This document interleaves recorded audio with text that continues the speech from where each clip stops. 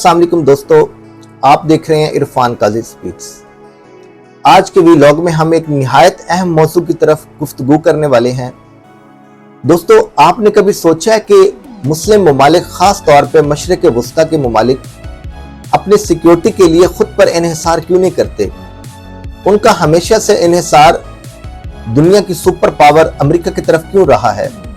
और आप जानते हैं मशरिक़ वस्ता के हर इस्लामी मुल्क में सिवाय ईरान के अमेरिका के फौजी अड्डे हैं और इन ममालिक का अपनी सिक्योरिटी के लिए इन्हिसार भी अमेरिकी फौजी अड्डों पर रहता है। तो दोस्तों, आप जानते हैं जब भी ईरान और इसराइल की जंग होती है या फिर गजा और फलस्तीन में कशीदगी बढ़ती है, तो जब ईरान स्ट्राइक करता है इसराइल के ऊपर, तो जवाबन जो इस जंग में इन ममालिक को भी सहना पड़ता है जो मुस्लिम ममालिक हैं। उसकी रीजन ये है कि यहाँ पे अमेरिकी फौजी अड्डे हैं। तो जब ईरान उनको निशाना बनाता है तो जाहिर बात है सफर तो ये ममालिक भी करेंगे। तो दोस्तों, अब इस टाइम जो 1 महीने से ज्यादा ईरान और अमेरिका की जंग को हो गए हैं, तो क्या इस वक्त जरूरत नहीं है कि मुस्लिम ममालिक मिलकर अपना एक नेटो तर्ज का इत्तेहाद बनाएं, जिसमें इन तमाम मुस्लिम ममालिक की मुश्तरका फौज हो, जो शायद दुनिया की सबसे बड़ी फौज कहलाएगी, ताकि वो गैर मुल्की इन्हिसार कम करके अपने मुस्लिम ममालिक के साथ एक इश्तराक को बढ़ाते हुए अपनी सिक्योरिटी को अपने इन्हिसार से, अपनी अफरादी कुव्वत से चलाएं, ताकि उनको बैरूनी ताकतों के ऊपर इन्हिसार ना करना पड़े। तो दोस्तों, आज के व्लॉग में हम इस पर डिटेल में बात करने वाले हैं। हमारे YouTube चैनल इरफान काजी स्पीक्स को सब्सक्राइब कर लें ताकि आपको हमारी हर आने वाली वीडियो टाइम पे मिल सके। तो दोस्तों, हम बात कर रहे थे मशरिक़ वस्ता के जो ममालिक हैं वो अपनी सिक्योरिटी का इन्हिसार खुद पर क्यों नहीं करते। दोस्तों, आप जानते हैं ये खित्ता तेल और दूसरी कुदरती वसाइल से माला माल है, लेकिन उनके पास इतना बेशबहा पैसा होने के बावजूद उन्होंने अपनी सिक्योरिटी की तरफ खुद के लिए कभी ध्यान नहीं दिया। हमेशा बैरूनी ताकतों, खास तौर पे अमेरिका की तरफ उनका इन्हिसार रहा है। और आज भी हर मुस्लिम ममालिक सिवाय ईरान के अमेरिका के फौजी अड्डे हैं। और अमेरिका यहाँ क़याम पजीर भी इसलिए है कि उसका जो फ्रंट लाइन इत्तेहादी इसराइल है, वो हमेशा गजा और फलस्तीन के मासूम बच्चों, औरतों और बुजुर्गों के ऊपर जुल्म ढाता है, जिसके जवाब में अमेरिका हमेशा उसको जवाब फराहम करता है कि वो ठीक कर रहा है, और बल्कि मोस्ट ऑफ द टाइम तो वो उसके साथ खड़ा होता है।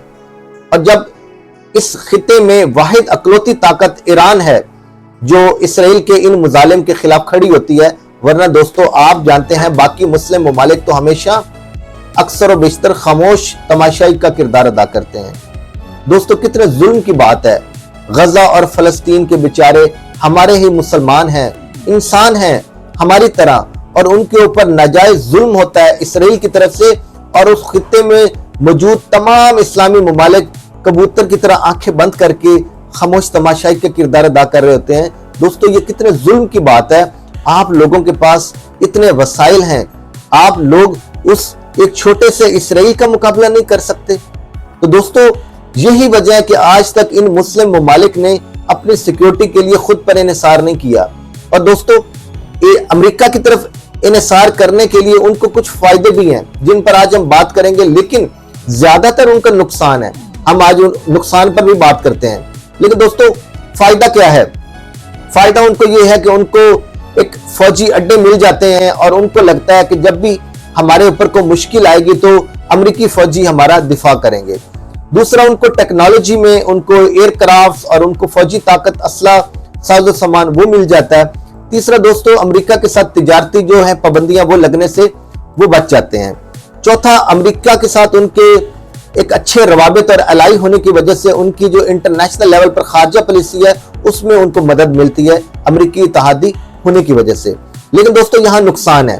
नुकसान ये है कि ये तमाम ममालिक एक गैर इस्लामी और गैर ताकत के बलबूते पर इन्हिसार करते हैं कि जब भी हमारे मुल्क पर कोई मुश्किल टाइम आएगा तो अमेरिका हमारा दिफा करेगा, जो कि सरासर झूठ है, जिसको हमने हालिया ईरान, इसराइल और अमेरिकी जंग में देख लिया कि जब ईरान ने काउंटर अटैक किया अमेरिकी अड्डों के ऊपर, तो अमेरिका जो यहाँ सिर्फ एक टेम्पररी झोंपड़ी या अपने तंबू लगाता है, जब भी कोई मुश्किल वक्त आता है वो इन अपने तंबू को, जो अपनी बेसिस हैं, तंबू नुमा बेसिस को उखाड़ता है और वो यहाँ से फरार हो जाता है। दोस्तों अब सवाल ये है कि अमेरिका तो सिर्फ यहाँ अपने मफादात के लिए आता है और जब भी क्राइसिस आता है वो यहाँ से भाग जाता है। तो मुस्लिम ममालिक ने क्या सोचकर अमेरिका को अपनी सिक्योरिटी के लिए फौजी अड्डे अपने मुल्क में दिए, जबकि वो जानते थे गजा और फलस्तीन के मासूम शहरियों के ऊपर जो जुल्म हो रहा है उसका एक न एक दिन अंजाम जरूर होना है। इसराइल के ऊपर भी अटैक होगा और जब अटैक होगा तो अमेरिका उसका इत्तेहादी है, उसके ऊपर भी अटैक होगा। तो अब आपने अमेरिका को अड्डे दिए हुए हैं, तो जब अमेरिका के ऊपर अटैक होगा तो जाहिर बात है अड्डे तो आपके मुल्क में एग्जिस्ट करते हैं, आपकी सरजमीन में एग्जिस्ट करते हैं। तो जब मिसाइल आएंगे तो आपकी सरजमीन जो है उसकी सॉवरेंटी को ब्रीच किया जाएगा, जिसमें आपके शहरियों और आपके इंफ्रास्ट्रक्चर का नुकसान भी होगा। तो दोस्तों सवाल ये है कि ये नुकसानात हैं जो मशरिक वस्ता के मुसलमान ममालिक को भुगतने पड़ रहे हैं अमेरिका का इत्तेहादी और अमेरिका को अपनी सरजमीन देने के बाद। लेकिन दोस्तों सवाल ये है कि क्या मौजूदा वक्त की जरूरत है कि मुस्लिम ममालिक इकट्ठे हो जाएं और वो अपना एक नेटो तर्ज का मुसलमान ममालिक की मुश्तरका फौज बनाएं, जो कि शायद दुनिया की एक बहुत बड़ी फौज हो। उसका बेनिफिट ये होगा दोस्तों कि मुसलमान ममालिक जो कि मजहबी तौर पे एक दूसरे के बहुत क्लोज हैं, जोग्राफियाई लिहाज से सारे मुल्क एक ही जगह ऑलमोस्ट वकूफ पजीर हैं और उनको एक दूसरे के साथ मदद करने में, सपोर्ट लेने में कोई हेजिटेशन नहीं होगी, कोई डिफिकल्टी नहीं होगी। दोस्तों आप जानते हैं कि अफरादी ताकत भी अवेलेबल है, रिसोर्सेज भी अवेलेबल है और ट्रेनिंग भी अवेलेबल है, कैपेसिटी और कैपेबिलिटी भी अवेलेबल है। आप जानते हैं तुर्की और पाकिस्तान इस्लामी दुनिया की दो बड़ी फौजी ताकतें हैं जो दोनों मिलकर बाकी तमाम ममालिक को ट्रेन कर सकती हैं, उनके फौज के इंफ्रास्ट्रक्चर को खड़ा कर सकती हैं।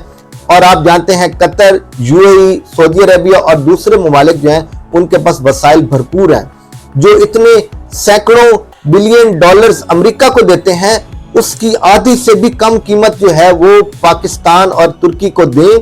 तो दोनों बड़ी अफवाज हैं, वो इन तमाम ममालिक की सिक्योरिटी के निज़ाम को बेहतर बना सकती हैं, उनकी फौज को ट्रेन कर सकती हैं और उनकी फौज को मिलिटरली सपोर्ट कर सकती हैं असला और बाकी साजो सामान में।